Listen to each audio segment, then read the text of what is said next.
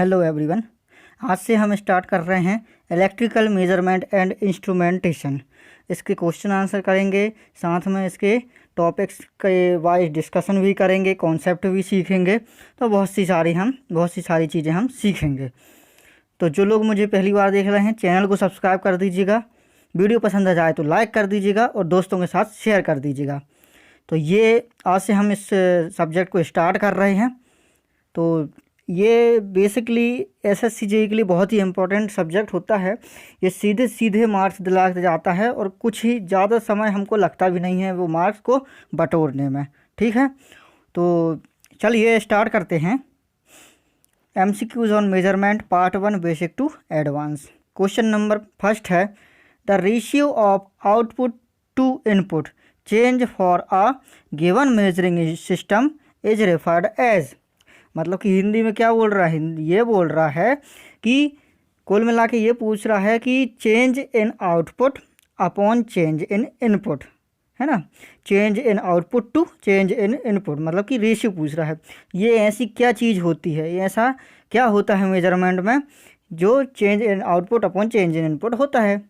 ठीक है, ऑप्शन हैं sensitivity, linearity, stability, none of the above. इस क्वेश्चन ये जो क्वेश्चन है ये MPSC AE 2010 में आ चुका है। ये प्रीवियस ईयर क्वेश्चन डिस्कशन हम कर रहे हैं।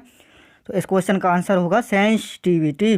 सेंसिटिविटी क्या होती है? सेंसिटिविटी वो होती है change in output upon change in input. For example, मान के चलो एक हमने अमीटर लिए, उसमें जो करंट आ रही है उसमें सबसे पहले तो ये सादा सा मीटर हमारे पास रखा है। अभी हमने कोई वायर आ रहा है उसमें कनेक्ट नहीं किए हैं, है ना, उसमें टर्मिनल को सोर्स से कहीं से कनेक्ट नहीं किए हैं, सिंपल एक मीटर रखा है। तो पॉइंटर क्या शो कर रहा है? इस समय पॉइंटर 0 शो कर रहा है। क्यों कर रहा है भैया? करंट ही नहीं आ रही उसमें, हमने सर्किट में लगाई कि नहीं है उसको। फिर हम उसको सर्किट में लगाते हैं। मान के चलो उस सर्किट में आ रही है 5 एम्पियर करंट। ठीक है, 5 एम्पियर करंट आ रही है। तो पहले तो ये 0 में था इसका पॉइंटर अमीटर का, अब वो आएगा सीधा उठ के 5 में आएगा। ठीक है, पहले 0 में था फिर 5 में आया। ठीक है, तो उस पॉइंटर की बात करें तो भाई वो 0 में था 5 में आया है, तो 0 से कुछ एंगल चला होगा, कुछ थीटा एंगल चला होगा। मान चलो वो एंगल थीटा है, थीटा एंगल चल के 5 में आया। ठीक है, तो ये उसका क्या हो गया? चेंज हो गया। आउटपुट क्या है? आउटपुट हम वही तो देख रहे हैं हम कि भैया क्या इसकी रीडिंग क्या आ रही है, रीडिंग वही तो आउटपुट है। तो हम क्या देख रहे हैं? हम पॉइंटर का डिफ्लेक्शन देख रहे हैं, वही तो उसका आउटपुट है। तो मान के चलो वो 0 से थीटा एंगल से पहुंच गया, वो 5 एम्पियर मेजर कर लिया उसने। तो ये उसका हो गया चेंज इन आउटपुट हो गया। चेंज इन इनपुट क्या हुआ? 0 थी 5 आ गई, है ना। 0 थी 5 एम्पियर आई तो इसने 5 एम्पियर शो कर दिया। ठीक है, तो जो चेंज इन इनपुट हो गया 0 से 5 एम्पियर, और चेंज इन आउटपुट क्या हो गया? 0 से कुछ एंगल थीटा चला है तो वो थीटा हो गया उसका एंगल। ठीक है, ऐसे बोल सकते हैं। अब 5 एम्पियर थी, 5 एम्पियर से थोड़ी और बढ़ाए करंट, 5 एम्पियर से बढ़ाए करंट 6 एम्पियर हो गई। यहाँ का पॉइंटर 5 में था, है ना, 5 से 6 में चला गया। ठीक है, अब उस तो वो क्या हो जाएगा? सेंसिटिविटी क्या होगी? 5 से जो 6 में चला, थोड़ा सा थीटा खिसका, वो थीटा एंगल चला वो, है 5 से 6 में, तो वो उसका चेंज इन आउटपुट हो गया। चेंज की बात कर रहा है भैया, चेंज की बात कर रहा है ना। चेंज मतलब क्या होता है? दो चीज़ों का डिफरेंस होता है। 5 में था तो 6 में पहुँच गया, तो भाई चेंज तो हुआ ना, है ना, तो वो थीटा एंगल चेंज हुआ। ठीक है, तो वो हो गया। इनपुट क्या था? इनपुट 5 था, 5 एम्पियर से 6 एम्पियर हो गई, तो 5 से 6 एम्पियर मतलब कि 1 एम्पियर का चेंज हुआ। ठीक है, इनपुट में 1 एम्पियर का चेंज हो गया। आउटपुट में सम एंगल, जितना भी एंगल था वो थीटा एंगल चला और अपनी मेजर्ड वैल्यू उसने दिखा दिया। ठीक है, ये होती है सेंसिटिविटी। तो हम क्या कोशिश करते हैं? सेंसिटिविटी किसी भी इंस्ट्रूमेंट की हम बहुत ही ज़्यादा हाई सेंसिटिविटी रखने की कोशिश करते हैं कि थोड़ा सा भी अगर करंट में चेंज हुआ, मिली एम्पियर का भी करंट में चेंज हुआ, उधर से भैया अपना पॉइंटर डिफ्लेक्ट हो जाए, तुरंत बता दे कि ये इतना चेंज हुआ, तो तुरंत बता दे। 6 मान कर 6.1 हुई तो वहाँ से 6.1 एम्पियर बता दिया। नहीं तो पता चला 6.1 एम्पियर हो गई, उधर पे भैया 6 में ही अटके हैं अपने पॉइंटर, है ना। ठीक है, अब आई होप कि आपको सेंसिटिविटी क्लियर हो गई होगी, है ना। तो इस क्वेश्चन का आंसर क्या होगा? सेंसिटिविटी। ठीक है, अगला क्वेश्चन देखते हैं। The difference between measured value and true value is. Measured value जो हम माप रहे हैं जो वैल्यू, और ट्रू वैल्यू जो सत्य जो वैल्यू है एक्चुअल में जो आ रही है करंट, मान के चलो करंट आ रही है, अमीटर है, हम करंट मेजर कर रहे हैं। ठीक है, तो ये बोल रहा है कि डिफरेंस बिटवीन मेजर्ड वैल्यू जो हम देख रहे हैं मीटर में, और एक्चुअल जो वैल्यू करंट की आ रही है उसका डिफरेंस क्या होगा? ऑप्शंस हैं gross error, absolute error, dynamic error, relative error. इस क्वेश्चन का आंसर क्या होगा? इसका आंसर होगा एब्सोल्यूट एरर। इसको क्या हम बोलेंगे? 3 नाम है भैया इसके। पहला हो गया एब्सोल्यूट एरर, दूसरा हो गया स्टैटिक एरर, तीसरा हो गया लिमिटिंग एरर। कौन कौन सा? Absolute error, static error, limiting error. कोई सा भी नाम उठा के दे देगा आपको कंफ्यूज करने के लिए। ठीक है, फिर ये तो हो गई। बाकी की चीज़ें क्या हैं, है ना? बाकी की चीज़ें एरर, इसमें भी तो एरर लिखा है ना?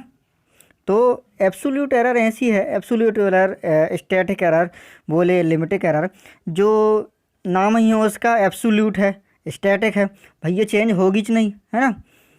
चेंज होगी च नहीं। अगर उसमें 2 की एरर है, किसी अमीटर में मान हम मेज़र कर रहे हैं कि 2 एम्पियर की एरर रहेगी, है ना? 10 मेज़र कर लो तो 12 बताएगी, है ना? 12 मेज़र कर लो तो अगर एक्चुअल वैल्यू करंट की 12 है तो 14 यहाँ दिखाएगा, है ना? अगर उसकी 10 है तो यहाँ 12 दिखाएगा मीटर में। ठीक है, तो एरर क्या चेंज हुई? आपकी नहीं हुई। भले ही आपकी मेजर वैल्यू चेंज हो गई मगर एरर आपकी चेंज नहीं हुई, और उसी को हम बोलेंगे एब्सोल्यूट एरर। ठीक है, इस क्वेश्चन का आंसर तो ये हो गया। बाकी चीज़ों की बात कर लेते हैं हम। बाकी चीज़ें हैं, एक हो गया है, एक है ये ग्रॉस एरर। ठीक है, ग्रॉस एरर हम बता देते हैं। ग्रॉस एरर क्या होता है? ऐसी एरर होती है जो ह्यूमन मिस्टेक्स के कारण होती है। इसमें हमारे मीटर जो है उसकी कोई गलती नहीं होती है। ह्यूमन मिस्टेक मतलब कि भाई चश्मा लगा के नहीं देख रहे हो तुम, अगर आँख में नहीं दिख रहा है तो चश्मा लगा के अच्छे से रीडिंग लो। वो या तो आप बहुत दूर से रीडिंग ले रहे हो, पास में जाके रीडिंग ले ही नहीं रहे हो, उसमें कुछ अंतर आ रहा है ना? तो आप मतलब सही तरीके से रीडिंग ले ही नहीं रहे हो। गलती किसकी हुई? आपकी हुई, आपकी गलती हुई। और आप क्या कर रहे हो? आपने एक तो ट्रेनिंग भी नहीं ली है, हाँ ढंग से मान के चलो, अच्छा कोई अच्छी सी चीज़ है तो ट्रेनिंग नहीं ली है, आके आ रहे हैं और सैंपल देख रहे हैं। तो ग्रॉस एरर क्या होती है? सिंपल सी बात है, उसमें ह्यूमन इन्वॉल्व रहता है। उस एरर में इंस्ट्रूमेंट की कोई गलती नहीं होती है, उसको ग्रॉस एरर बोलते हैं। ठीक है, ये आपको समझ में आ गया होगा। तो इस क्वेश्चन का आंसर, ये जो सेकंड क्वेश्चन है इसका आंसर हो जाएगा एब्सोल्यूट एरर। ये राजस्थान के पीएससी एई 2011 में आ चुका है, एसएससी में भी आ चुका है, तो आ चुका है, एसएससी में भी आया है ना? प्रीवियस ईयर क्वेश्चन है। और ऐसा नहीं कि हम ये क्वेश्चन लिए और आंसर बता रहे हैं, हम बहुत सी चीज़ें डिस्कस कर रहे हैं, वो भी कम समय में। समय देखिए, बहुत ही कम समय में हम बहुत सी चीज़ें डिस्कस कर रहे हैं। अगला क्वेश्चन है, which of the following meter is an integrating type instrument? Rajasthan के पीएससी एई में आ चुका है। भैया कौन सा इंस्ट्रूमेंट इंटीग्रेटिंग टाइप होता है? ऑप्शन है ammeter, voltmeter, wattmeter, energy meter. भैया यूनिवर्सल ट्रुथ है, सार्वभौमिक सत्य है। क्या सत्य है? एक ही चीज़ है, energy metre. Energy meter integrating type instrument है। घर के सामने जो एनर्जी मीटर लगा रहता है वो क्या करता है? प्रेजेंट में जो आपकी रीडिंग है उसके प्रेजेंट में जो आपके यहाँ कंज्यूम हो रही है पावर, है ना, साथ में प्रीवियस जो पावर कंज्यूम हुई है, इन सभी पावर का क्या करता है? इसका समाकलन करता है, इंटीग्रेशन करता है। इन सब का इंटीग्रेशन करके मीटर में शो कर देता है, भैया एमपी इतने घंटे में इतनी पावर कंज्यूम हुई है। मतलब कि पावर इनटू टाइम क्या होता है? हमारा एनर्जी होता है। ठीक है, तो energy meter integrating type instrument है। Energy meter, ammeter, voltmeter, wattmeter क्या होंगे? अमीटर, वोल्टमीटर, वाटमीटर क्या होंगे? इंडिकेटिंग इंस्ट्रूमेंट होंगे। Indicating type instrument, indicating type मतलब कि जो लाइव वैल्यू शो करते हैं। लाइव वैल्यू से मतलब क्या हुआ? अभी 5 एम्पियर है तो 5 एम्पियर दिखा दिया मीटर ने, फिर 6 एम्पियर हो गई तो 6 एम्पियर दिखा दिया, 7 एम्पियर हो गई तो 7 एम्पियर दिखा दिया। पुरानी चीज़ क्या थी आधा ही पता नहीं है ना। लाइव वैल्यू प्रेजेंट में जो वैल्यू चल रही है वही शो करता है, अमीटर हो, वोल्ट मीटर हो, वाट मीटर हो। ठीक है, अगला क्वेश्चन है which comes under the category of systematic error. UPPCL JE 2018 में आ चुका है। ऑप्शन है blunders, gross error, random errors, instrumental error. तो ये पूछ रहा है कि सिस्टमेटिक एरर की कैटेगरी में इनमें से क्या आता है, सिस्टमेटिक एरर की कैटेगरी में इनमें से क्या आता है। तो इस क्वेश्चन का आंसर क्या होगा, इस क्वेश्चन का आंसर होगा इंस्ट्रूमेंटल एरर। हम यहीं तक तो रुकेंगे नहीं, इसी में बात करते हैं। यहाँ पे लिखा है क्या, सिस्टमेटिक एरर। ठीक है, सिस्टमेटिक एरर में क्या होता है कि भैया सिस्टम की गलती है, मीटर की गलती है, ह्यूमन की गलती नहीं है। मीटर में ही कुछ खराबी है जो गलत रीडिंग शो कर रहा है ना। ह्यूमन की कोई गलती नहीं है, ह्यूमन तो स्पेशलिस्ट है भैया, ट्रेंड होके आया, उसके पास सर्टिफिकेट भी है, कैसे गलत साबित कर सकते हो। तो इसको तो सिस्टमेटिक एरर वो होती है। इससे पहले जो क्वेश्चन था, क्वेश्चन नंबर 2 जो था, उसमें हमने ग्रॉस एरर डिस्कस किए थे कि नहीं किए थे, है ना। इसमें भी ऑप्शन है वो। ग्रॉस एरर क्या होती है, इसमें ह्यूमन इन्वॉल्व रहता है कि ह्यूमन के द्वारा मिस्टेक हुई है। सिस्टमेटिक एरर क्या होती है, इसमें ह्यूमन के द्वारा मिस्टेक नहीं हुई है, मीटर में ही कुछ गड़बड़ है ना। तो यहाँ पे खुद ही देख लीजिए ब्लंडर्स क्या चीज़ होती है। ब्लंडर्स वही चीज़ होती है, ब्लंडर क्या होगा, ह्यूमन करेगा ना भैया, ह्यूमन ही तो ब्लंडर करेगा ना, है गलती ब्लंडर ह्यूमन तो करता है। ग्रॉस एरर भी क्या हो गया, ह्यूमन के द्वारा हो गई। रैंडम एरर क्या होती है, रैंडम एरर वह होती है कि जिसमें ना तो मीटर की गलती होती है ना ह्यूमन की गलती होती है। फिर से, जिसमें ना तो मीटर की गलती होती है ना ह्यूमन की गलती होती है, पता ही नहीं होता भैया क्या है ये चीज़, क्यों आ रही है एरर, पता ही नहीं होता है, उसको बोलेंगे रैंडम एरर। ठीक है, तो और ऑप्शन था क्या, इंस्ट्रूमेंटल एरर। भैया सूट ही हो रहा है ना, इसमें सूट ही हो रहा है, क्यों, सिस्टमेटिक लिखा है, मतलब सिस्टम में एरर। सिस्टम क्या है, आपका सिस्टम क्या है, इंस्ट्रूमेंट ही तो है ना, तो इंस्ट्रूमेंटल एरर। क्लियर। ठीक है, अगला क्वेश्चन है chemical effect of current is used in. Current का केमिकल इफेक्ट, करंट का रासायनिक प्रभाव काय में उपयोग किया जाता है। ऑप्शन है DC voltmeter, DC ampere hour meter, DC ammeter, AC ammeter. UPPCL JE में आ चुका है। इस क्वेश्चन की बात करें, इस क्वेश्चन का आंसर वैसे आप लोगों को पता ही होगा, कौन सा, ampere hour meter. Ampere hour meter जो मोबाइल की जो बैटरी है, बैटरी होती है ना मोबाइल की बैटरी, हाँ भैया होती है, उसमें क्या लिखा रहता है, कितने एम्पियर आवर की रहती है, एमएएच लिखा रहता है। ठीक है, वही है। तो बैटरी है तो केमिकल इफेक्ट करेगी, तो वही है। यहाँ ना तो डीसी वोल्ट मीटर होगा, ना एमीटर होगा, ना एसी एमीटर होगा, ये तो इंटीग्रेटिंग टाइप इंस्ट्रूमेंट है ना। ठीक है, और ये एम्पियर आवर मीटर है, तो ये केमिकल इफेक्ट ऑफ करंट का यूज़ करेगा। अपनी जो बैटरी होती है मोबाइल की एमएएच की, वो भी कार्य करती है केमिकल इफेक्ट ऑफ करंट। ठीक है, ओके। अगला क्वेश्चन है analogue measuring instruments connected to a AC circuit indicate. MPSC AE 2010 में आ चुका है। तो बोल रहा है कि एनालॉग इंस्ट्रूमेंट जो रहते हैं वो अगर एसी सर्किट में कनेक्ट किए जाएं तो क्या होगा, क्या मेज़र करते हैं, बोल रहा है क्या मेज़र करते हैं। ऑप्शन है RMS value, average value, maximum, none of the above. इस क्वेश्चन का आंसर हो जाएगा RMS वैल्यू। RMS वैल्यू, मान के चलो आप एक एसी क्वांटिटी है, करंट ले लेते हैं, 5 एम्पियर की करंट है, लेकिन वो एसी करंट है। ठीक है, आप ऐसा मीटर लगाओगे, वो 5 एम्पियर क्या है, 5 ampere by default RMS value ही है, और जो मीटर जो मेज़र करेगा RMS वैल्यू ही मेज़र करेगा। ठीक है, डीसी के केस में जो भी मीटर मेज़र करेगा वो एवरेज वैल्यू ही करेगा। क्यों, डीसी के केस में maximum value, RMS value, average value सब एक ही होती है, और कांस्टेंट, डीसी तो कांस्टेंट रहती है, बाय डिफ़ॉल्ट हम उसको एवरेज वैल्यू ही कंसीडर करते हैं। ठीक है, एसी के केस में बात करें तो याद रखना है, एसी के केस में RMS वैल्यू ही मेज़र करेगा। हम वही तो चाहते हैं ना भैया, हम मैक्सिमम वैल्यू कहाँ मेज़र करवाना चाहते हैं, हैं कि भाई कोई इंस्टेंट में वो मैक्सिमम हो रही है वो चीज़, कोई इंस्टेंट में मिनिमम भी होगी, कोई फिर मैक्सिमम होगी, ऐसा थोड़ी चाहते हैं। RMS वैल्यू ही मेज़र करना चाहिए, RMS वैल्यू ही मेज़र करेगा। ठीक है, अगला क्वेश्चन है इस क्वेश्चन का आंसर क्या होगा? क्वेश्चन नंबर 6 का RMS वैल्यू। अगला क्वेश्चन है swamping resistance is use to compensate error due to. Swamping resistance है, अरे रख दिए यार नाम ऐसे ही, स्वैम्पिंग रेजिस्टेंस है ना, एक प्रकार का रेजिस्टेंस है। इसका यूज कौन सी एरर को कंपनसेट करने के लिए किया जाता है? कंपनसेट करना अलग होता है और उसको एलिमिनेट करना अलग होता है। कंपनसेट करना अलग होता है, एलिमिनेट करना अलग होता है। कंपनसेट करना क्या हो गया? तो मान के चलो खाने में नमक ज़्यादा है, तो आप क्या करोगे? खाने में नमक ज़्यादा है तो आप ऊपर से नींबू डाल लो, ऐसी चीज़ डाल लो, तो इससे नमक का इफेक्ट क्या हो गया? कंपनसेट हो गया। ठीक है, वही तो इसका ऑप्शन क्या हो? इसके ऑप्शन है extreme magnetic field, large supply voltage, large supply frequency, temperature variation. इसका आंसर हो जाएगा टेम्परेचर वेरिएशन।